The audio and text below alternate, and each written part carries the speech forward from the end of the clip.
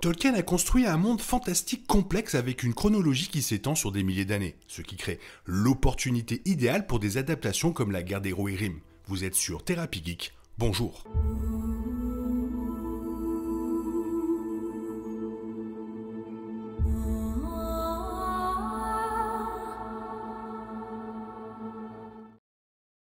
Bien que le voyage de Frodon avec l'anneau unique soit l'histoire la plus connue de la Terre du Milieu, l'auteur légendaire a enregistré des dizaines d'histoires, chacune se déroulant à différents moments de l'histoire de son monde fictif. Tolkien a organisé sa chronologie en âges, servant de feuille de route pour les adaptations du Seigneur des Anneaux. Il y a eu plusieurs adaptations cinématographiques du Seigneur des Anneaux au fil des ans, mais la Terre du Milieu a frappé le grand public avec la trilogie cinématographique de Peter Jackson qui a débuté en 2001. Depuis, Jackson a également sorti une trilogie sur le Hobbit basée sur le livre de Tolkien, qui a servi de préquel au conte de Frodon. Aujourd'hui, Prime Video d'Amazon a adapté le second âge de la Terre du Milieu dans la série télévisée Les Anneaux de Pouvoir, tandis que la Warner Bros. Et Starline publient l'histoire du troisième âge de la guerre des Rohirrim. Alors, où se situe-t-elle dans la chronologie de Tolkien ? Le monde de Tolkien s'accompagne d'une histoire de création complexe, qui a vu le dieu suprême Eru Ilúvatar créer l'univers connu sous le nom d'Ea. Jusqu'à présent, ces événements n'ont pas été décrits dans un film ou une série télévisée du Seigneur des Anneaux, même si cela constituerait certainement une adaptation intéressante. L'histoire commence avec Ilúvatar créant les Ainur, un groupe d'êtres puissants qui comprenait les demi-dieux Valar et les anges Maiar, qui comprenaient Gandalf, Saruman, Radagast et Sauron. Ilúvatar a dirigé les Ainur dans la musique des Ainur, ou Sa, qui a créé l'univers.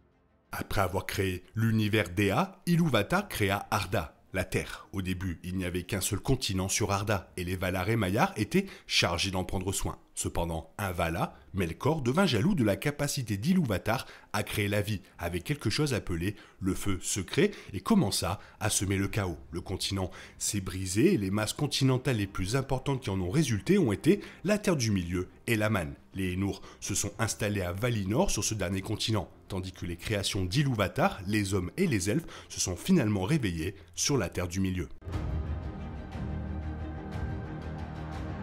Les âges de la Terre du Milieu ont commencé lorsque les premiers elfes se sont réveillés sur ce continent. Le premier âge a duré environ 5000 ans et beaucoup de choses se sont produites pendant cette période. Encore une fois, il n'y a eu jusqu'à présent aucune adaptation à l'écran du Seigneur des Anneaux au cours de cette période, mais les Anneaux de Pouvoir de Prime Video fait fréquemment référence à ces événements. C'est à ce moment-là que Melkor, connu sous le nom de Morgoth, accéda au pouvoir et défia ses camarades Valar dans la guerre et que l'elfe Fëanor créa les Silmarils. Le premier âge est divisé en années des arbres lorsque la lumière du monde provenait des deux arbres glorieux de Valinor, et années du soleil après la création du soleil et de la lune. Pendant les années des arbres, Fëanor capturèrent leur lumière en pierres glorieuses, et l'elfe les gardait encore plus jalousement après que Morgoth détruisit les arbres. Lorsque le Seigneur des Ténèbres vola les Silmarils, Fëanor conduisit son peuple, les Noldor, qui comprenaient les parents de Galadriel, sur la Terre du Milieu pour les récupérer.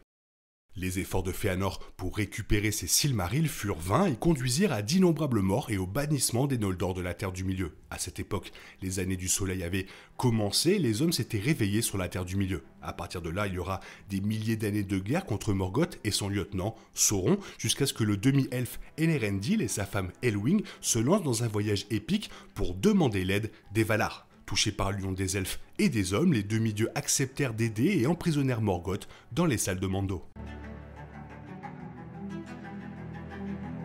Le deuxième âge de la Terre du Milieu s'est étalé sur 3441 ans, et c'est à ce moment-là que se déroulent les Anneaux de Pouvoir de Prime Video. Bon, en condensé, c'est à ce moment-là que Sauron commença son retour au pouvoir et créa les Anneaux de Pouvoir en trompant les elfes des régions, dont Celebrimbor. Bien sûr, il a fait bien plus de dégâts que cela. Sauron a également trompé les hommes de Númenor pour qu'ils tentent de faire la guerre aux Valar à Valinor. Naturellement, cela ne s'est pas bien passé, entraînant la destruction du royaume insulaire par une vague massive.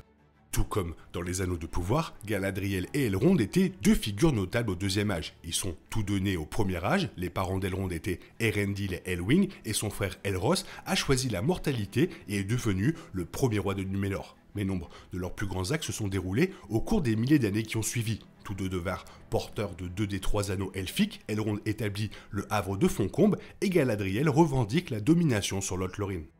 Le deuxième âge est celui où Elendil et ses parents fondèrent les royaumes du Gondor et de l'Arnor sur la Terre du Milieu, ce qui conduisit plus tard à la dernière alliance des elfes et des hommes et au début de la fin de cette période dans la chronologie du Seigneur des Anneaux de Tolkien. Après que Sauron et son anneau unique pour les gouverner tous et dominer et détruire de nombreuses villes et royaumes majeurs, les elfes et les hommes se sont réunis pour le faire tomber. La bataille finale du deuxième âge a vu Isildur couper l'anneau unique de la main de Sauron et le Seigneur des Ténèbres a été temporairement vaincu.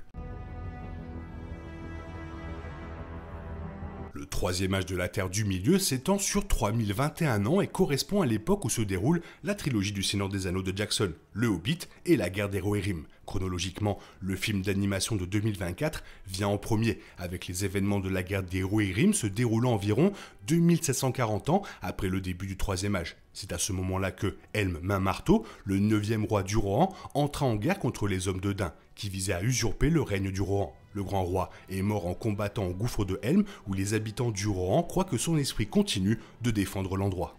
Le début de la fin du troisième âge survint lorsque Bilbon quitta la comté avec sa compagnie naine lors des événements du Hobbit. Ces événements ont conduit à la défaite du dragon Smaug, garantissant que cette bête ne pourrait pas prêter sa force à Sauron au retour du Seigneur des Ténèbres. Bien sûr, le voyage de Bilbon a également abouti à l'acquisition de l'anneau unique par le Hobbit. Frodon a commencé son voyage pour détruire l'arme de Sauron, ce qui a déclenché les événements du Seigneur des Anneaux.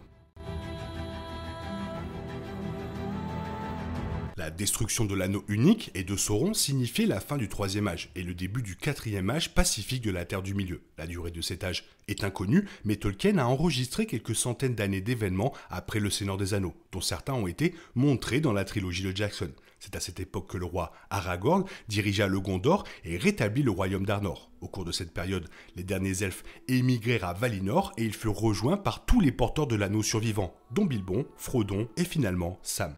La paix sur la Terre du Milieu ne durerait pas éternellement puisque la prophétie prédisait le retour de Morgoth et une grande guerre qui entraînerait la destruction du monde et éventuellement sa renaissance lors d'un événement appelé Dagor Dagorath. Cependant, on ne sait pas quand cela se produira. Il serait certainement intéressant d'explorer ces événements dans une future adaptation du Seigneur des Anneaux. Pourtant, avec autant de périodes de la Terre du Milieu dans la chronologie de Tolkien, cette histoire finale devra peut-être attendre son tour.